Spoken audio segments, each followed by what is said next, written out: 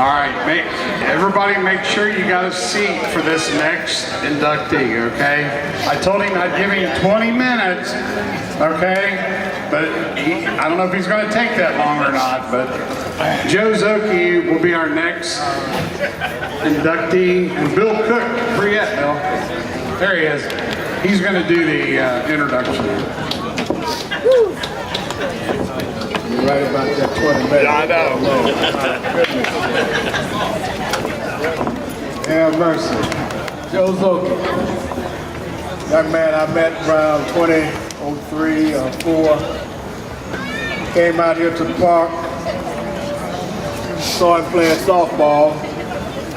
The Dayton Legends was actually in its infancy at that time. We were looking for members. Invited him to come try out for the Dayton Legends, which he did. Found out that didn't just have a softball player. I met a friend. And I'm just glad this evening I'm able to stand up for him as he did for me in 2010. It's been a lot of good years.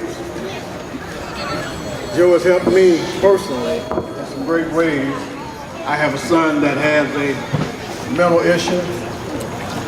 That's how our friendship really got developed, because of the job that he had.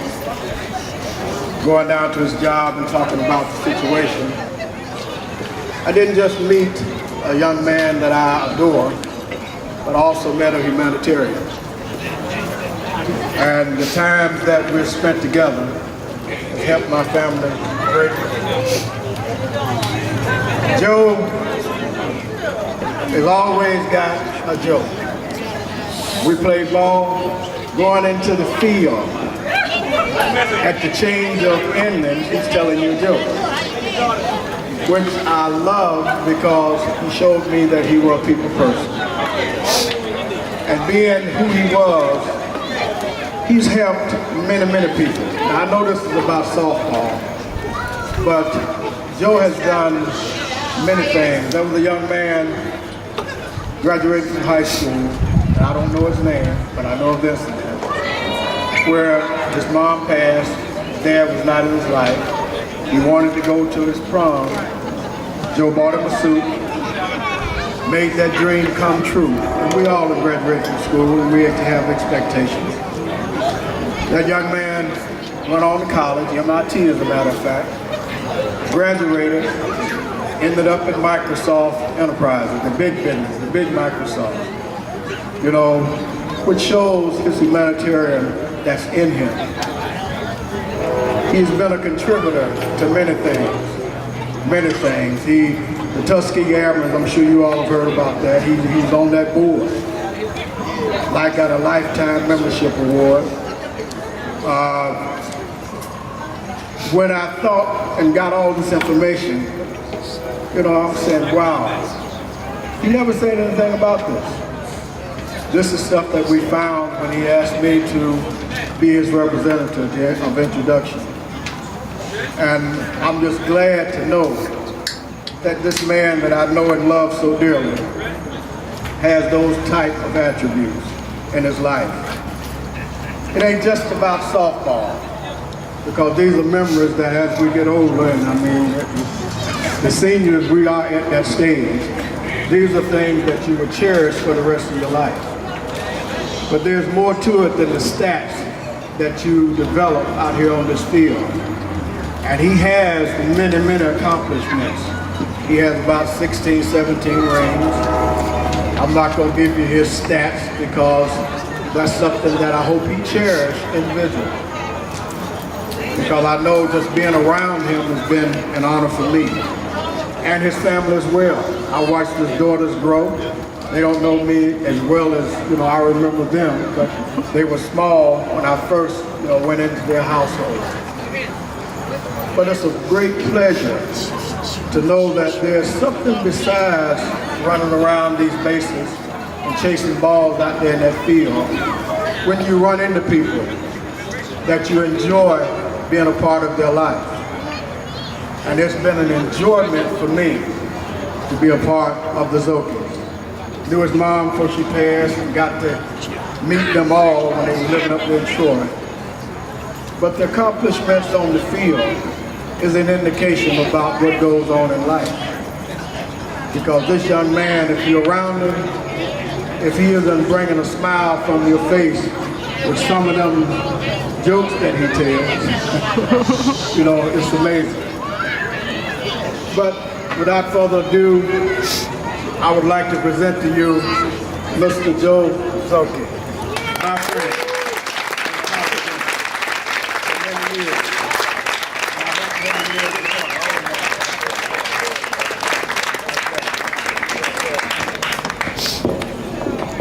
You, my friend, are going to do my eulogy.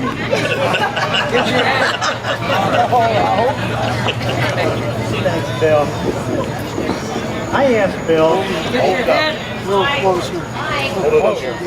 I asked Bill if he would do this because not only has he been a friend, he's always been very straight with me. I remember the first tournament I played with him was in Manassas, Virginia. I was playing left center. And I moved in on came in on the fly ball, and ball went over my head before I could recover. So I come in, those of you that know me, if I miss a ball, I got a really good excuse. So I get into the dugout, and I said, boy, that ball just kept on carrying. And most people would say, yeah, that wind is tough. Now, Bill took me to the side, and if you know Bill and how he speaks, he says, looky here, man. You broke in on that ball. You just missed it. And he was right. And he was right many times. And he says things like that to me in order to help me. You know, when I stand in front of this wall, I'm in awe of the names of the players there. Players that I've heard many stories about, people that I've played with, people that I've played against. And to be mentioned amongst them is truly an honor and deeply humbling. I want to thank the Dayton Amateur Softball Commission, the selection committee, I thank you. All the players that I've played with through the years that have helped me and have encouraged me, I thank you. Even though he was suffering from ALS, a disease that was named after him, when he was honored at Yankee Stadium, Lou Gehrig said in his famous speech, "Today I consider myself to be the luckiest man in the face of the planet." Today is very special to me, but the day that I consider to be the day I was the luckiest man on the face of the earth was the day I met and married my wife, Carolyn. I love you, Connie. The day my daughter Elizabeth was born. I love you, Beth. And the day my daughter Amy was born. I love you, Amy. I thought I knew a lot about playing softball. It's easy when each year you can run faster, you can throw farther, and you can hit the ball better. But I didn't learn how to play softball until I joined the senior league. A time when your skills are eroding, your ability is diminishing, your eyesight's going, you have no flexibility. And I learned how to play softball. I learned by watching Rainbow. When somebody asks him for help, he goes up to the batting cage and helps them with their hitting. Or on the hottest day in the summer, he'll go to that diamond back there, put up a pitching net, and he'll throw 100 balls to people so they can straighten out their hitting. I learned by watching Ronnie Ladd the courage that it takes to play softball. I took injections in my knees for 9 years so I can keep playing. Because I didn't know anybody that had a knee replacement and still played softball. And then I saw Ronnie Ladd, he had both of them replaced. And it gave me the courage to go and have my knee replaced. And I should have had it done 9 years before that. I learned by watching Ron McGrew that when you get a terrible physical break in life, that you get up and you do what you need to do in order to continue to play the game that you love so much. And I learned by watching Lee Mitchell that no matter how frustrating a loss is, When the game's over, you shake the hand of the opponent and you lose with class. And finally, I learned the only way to play this game is with energy, enthusiasm, and intelligence, like watching Tommy Hanna.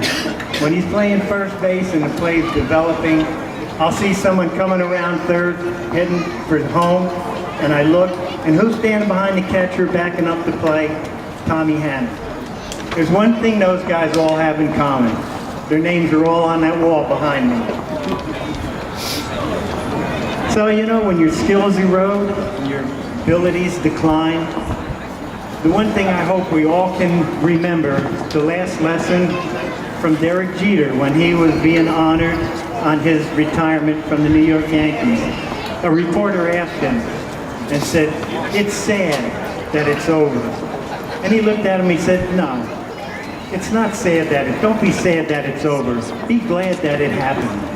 So I hope all of us here can be glad that it happens when it's over. Now, I was asked to give 20 minutes of jokes, but you'll have to come back at 9 for the adult version, because I don't do GT. But I did promise to tell one, and it's a true story that I share with Rainbow, Ronnie Ladd, and myself. That tournament in Manassas, we went downtown, and we were walking past a butcher shop. Rainbow was the manager, Ronnie Ladd was the coach, and that was the first year I was a player. We walked in there and there was 3 trays of brains. The first tray said player's brains, 19 cents a pound. Second tray said coach's brains, 29 cents a pound. The third tray said manager's brains, $1.19 a pound. Well, Rainbow was just smiling like crazy. Ronnie said to the butcher, said, "How come, you know, I don't understand this. Player's brains, 19 cents a pound. Coach's brains, 29 cents a pound. Manager's brains, $1.19 a pound. How come so much?" The butcher looked at him and said, "You know how many managers it takes to get a pound of brains?"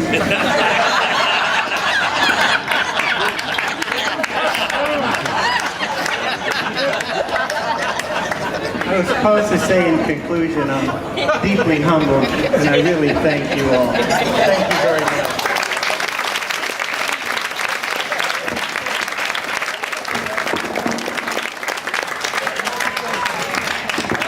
There's only one Joe Szoke, that's for sure. I gotta say, thank goodness for that. He's quite an individual.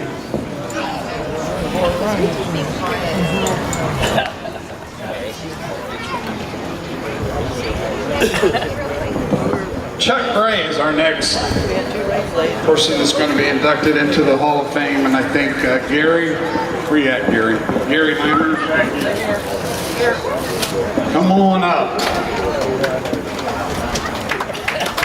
Chuck Gray, yeah, I saw Chuck play, and I'm like, who's the young guy acting like an old guy? You know, I mean, he could really still play. Chuck's got it going on. Yeah. He makes it happen, that's for sure. So, Gary's going to say some good things about him, I'm sure.